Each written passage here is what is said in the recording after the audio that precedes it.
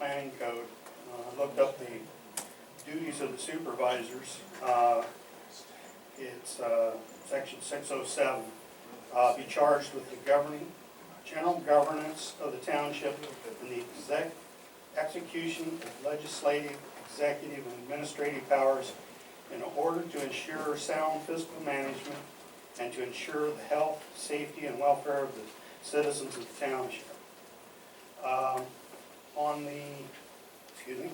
the audits report that we had back a few months ago, it was mentioned that we had a deficiency in the reconciliation of the escrow funds.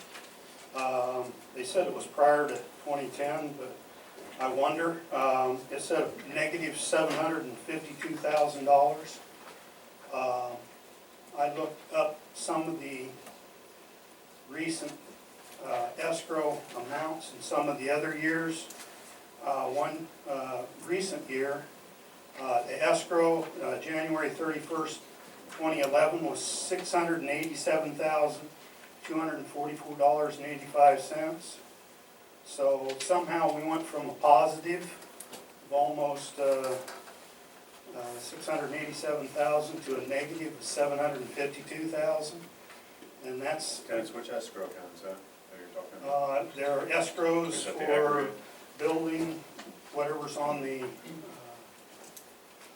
statements that were what I'm wanting, and that amounted to $1,439,000. Span the difference between the two, and that isn't even covering the escrow amounts that developments that are sitting stagnant right now that have paid in. So we've got a bigger problem than that, you know. I don't know how much is owed to them, but if we're in a negative $752,000, I would like that figure to be monetized from the auditors and find out where they got that number from. That's my first step. I'd like to find out what that number actually represents, you know. I didn't hear a very good explanation when the auditors were here. And in the meantime, I've looked around on some of the other things to kind of find out what that's about. If that's the case, you know, we could be like $2 million in the hole just in escrows, you know. I don't know. So I would like to get a better understanding of what that $752,000 is, and I just wanted to make that formal request to the auditor or of the board tonight. He did talk about that though, Bonnie. I mean, I understand what Mr. Cook was saying, not into detail, but he talked about what would be needed to even begin researching that. The 750 We had number. started to look into it. Mike Crotty had a Tom Josiah Consulting, and I had also looked into Diane Patton. Diane seemed to think it was a huge deal. Tom Josiah didn't seem to feel that way. He seems to be more on where kind of the auditor is. Both of them are able to look into it. However, neither company or person is willing to say how many hours exactly that would take. Diane, when I had spoken with her, she was able to look into the QuickBook account and see that there was issues in how it was simply set up. So like normally an engineering fee or a legal fee would attach to like an expense account, but it wasn't actually tied into the financials. She was able to recognize a lot of those different inconsistencies and was able to point out specifically where she would start. Tom Josiah, I didn't really get a sense of what he would do to start to fix it.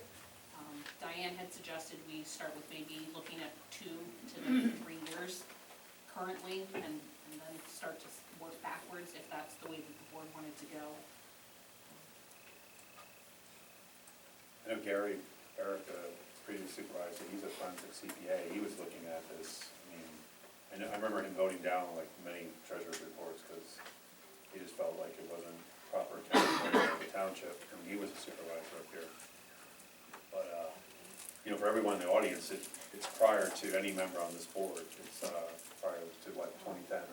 Most of those prior to 2010. So, 2011 was 600 some thousand. It's a matter of, if I remember, the auditor was saying that it's probably related to just, for lack of a better term, bad bookkeeping, that there's not actually a liability there, which is why he and probably Tom Josiah were not as concerned about it as Diane, I think you said her name was. I think we talked about it a couple times. You know, going back 2 or 3 years, we were definitely okay with, as far as I remember. The issue of going back that far is how much is it gonna cost? What's the record? You know, are we gonna actually, are we gonna spend 100 to 200 hours of somebody's time and not be in a better position than we were when we started, and then be out the thousands of dollars that it costs to go that far back, if it truly is not as big an issue as it sounds on the face of it? Because obviously, that's a big amount. Well, I'd just like to get that quantified, where they got the figures that they put together to make that negative figure. He has it in prior, I had his audit report from the prior year, and he mentions a big figure like that as well in the prior. I don't know how long he's been carrying it like that, but it might be for some time. They've just been carrying that same figure, Dennis, through audit reports. Just at some point it was discovered, but they've been with us since 2010. Before I got into it, yeah, so 2010. And then we can reach out to him again and see if we can say where that number came from. I don't know.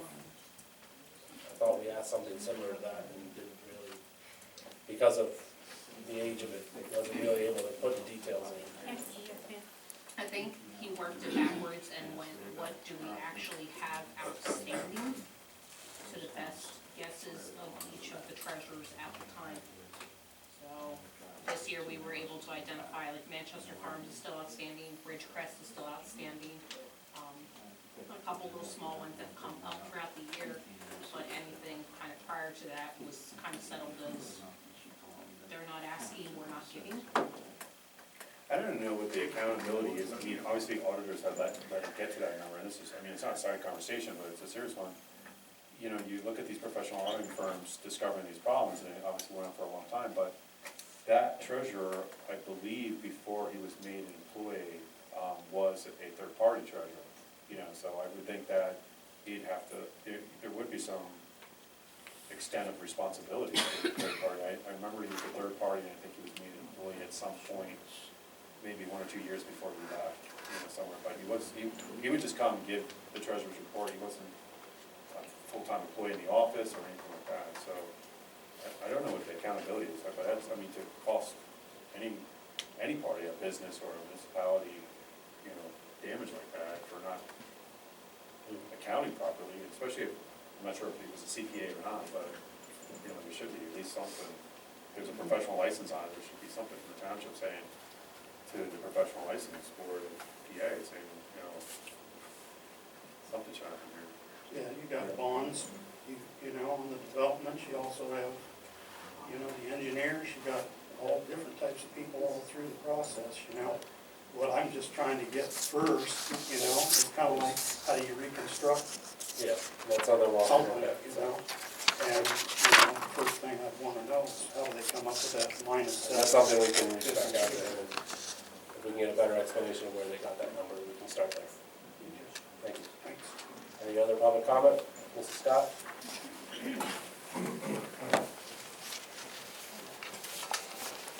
I remember addressing that problem many times at the meeting. And then, yes, I remember the fellow coming in with his explanation, which did not explain a thing.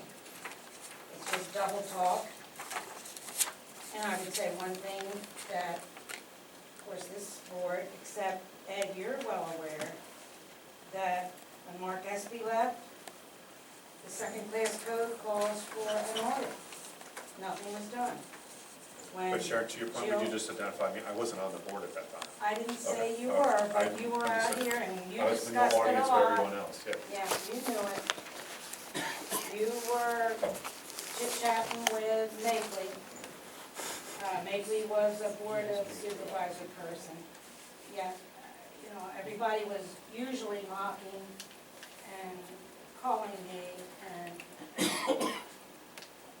but you're powerless because, And then, let me just mention, Jill Bucala, she worked at 2 townships. She was supposed to be, quote, a professional. No audit done when she left. No audit done when Rosemary left. So, I'm telling you, you don't follow the second-class code. So what does the public have to do? Sharon, I can We ask walk Mike Crotty, powerless. not to cut you off, that question came up with Mike Crotty, I remember you bringing that question up, or the previous solicitor. The second-class township code, as you're aware, does change, and I remember a solicitor stating that there is no mandatory requirement when the treasurer leaves to do an audit. It might be in a second-class township prior version, as you're aware, they change things, but I remember that answer being given down the line, that there is no requirement now for that. I can check with Mike again.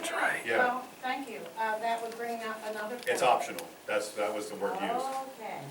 That would bring up another point, because I feel there definitely is a higher power that has rigged our county government, our comprehensive plan, et cetera, et cetera. You can attend every course you want, you can travel anywhere, but the powers that be generated through the solicitors. It's the fraternal order of the underground government that is controlling these municipalities by the lawyers.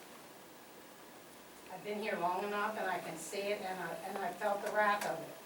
So I well know the system is rigged, and Gary Barak, he can chit-chat all he wants, but he's a big landowner south of Strasburg Road. He's in with the cabal.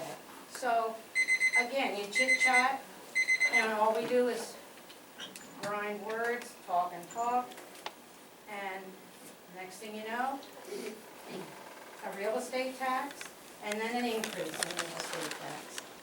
So, Thank you. Your time's up. And there is not a increase in the real estate tax, is there?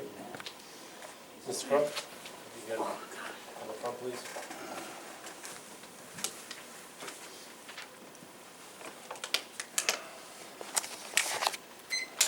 I went back and looked at a lot of the financial statements, because I keep most of them. And just a little clarification on what Dennis was saying. I believe that it was at the end of December 2010 that we had 600 and some thousand in the escrow account. And then January of 2011, and the reason I'm bringing this up is this accounting firm was here. It's not like they're going back and asking somebody that wasn't here. There was a positive 694,000. I didn't bring it with me tonight. I didn't think to do that. But then in January, it went down to maybe $2,000 or $3,000. There should be check disbursements between December 30th, 2010 and January 31st, 2011 that explain why there was a couple $1,000s less in the account. And through to May, which is the only one I could find, I mean, I've got massive files, we were still on a positive number. And if it was that accounting firm that came in 2010, how could that accounting firm make an adjustment of 600 and some thousand plus, be the same accounting firm, and take us down to a negative 700 and not be able to explain that to us? But a couple of years ago, there was a move, I think, by the board to save money, to do away with certain aspects of reporting that wasn't necessarily mandated by any rules of obligation on second-class township codes. So we opted to do away with certain things, and maybe in doing away with those things, some of these explanations went with it, but they should be able to explain to us how they, in 2010 and then in 2011 when it was positive, and I will bring those in. I mean, I'll make copies of them and bring them back, so at least you can see that we were positive. Now, there's 393,000 here, so, that's bringing it back up, but that's still, what, $300,000 off? So somewhere, they made the adjustment. It's not out there with somebody else, it's with that accounting firm. Connie, are you able to identify the, what your mom just said? Are you able to see that in the record? I'll just give it to her. Oh, okay, I wasn't sure if you saw that too. I have it, I'll give it to her. I wasn't sure if she knew. They might have, I mean, I'm not sure what happened there either before I was on the board, but maybe they discovered it. I do remember what Mrs. Crook was stating about what they did with the accounting of the township and where they changed the intensity of how they were doing the accounting. I voted against it, but I do remember the board making that change when I first got on the board. So that's something I think we can reach out to them and use that and say what happened, or where they get the number from. Mr. Rhodes? Gentlemen, also should look at the township auditors. They made a lot of reports in the last 10 years. Been different, Jim Sis was on it, Sharon was on it, I believe Mr. Carr was on it. There's been different people on the audit. The township auditors were pretty good at the time. And of course, we went with different auditors, and escrow has always been a problem. The track record, billing people, and the money there. And it's been, if you go back, we hired somebody from Westchester one time, and was missing $100,000.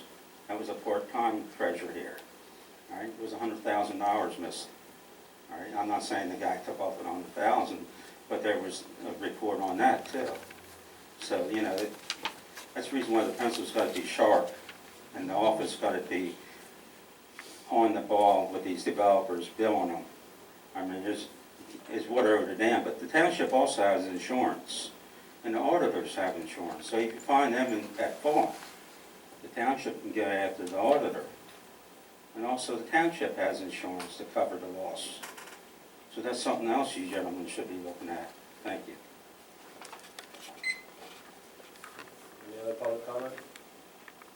Make a motion to adjourn? 1 second. Lisa, in response to one of the comments about getting new people for boards or for parking lot, make sure at the township table that we have, that we're talking about, have the sign-up sheet, let people know what is available, given how many people come through for park day, see if we can maybe take something they say and see if we can do a sign-up list or something. Make sure we grab like an email, a phone number, just something more than, just a name. Have someone there so we can contact them. And just let them know what positions are open, and hopefully we can start to get some other people. So. Sorry, Steve. That's all right. Make a motion to adjourn? Sorry. All those in favor? Aye.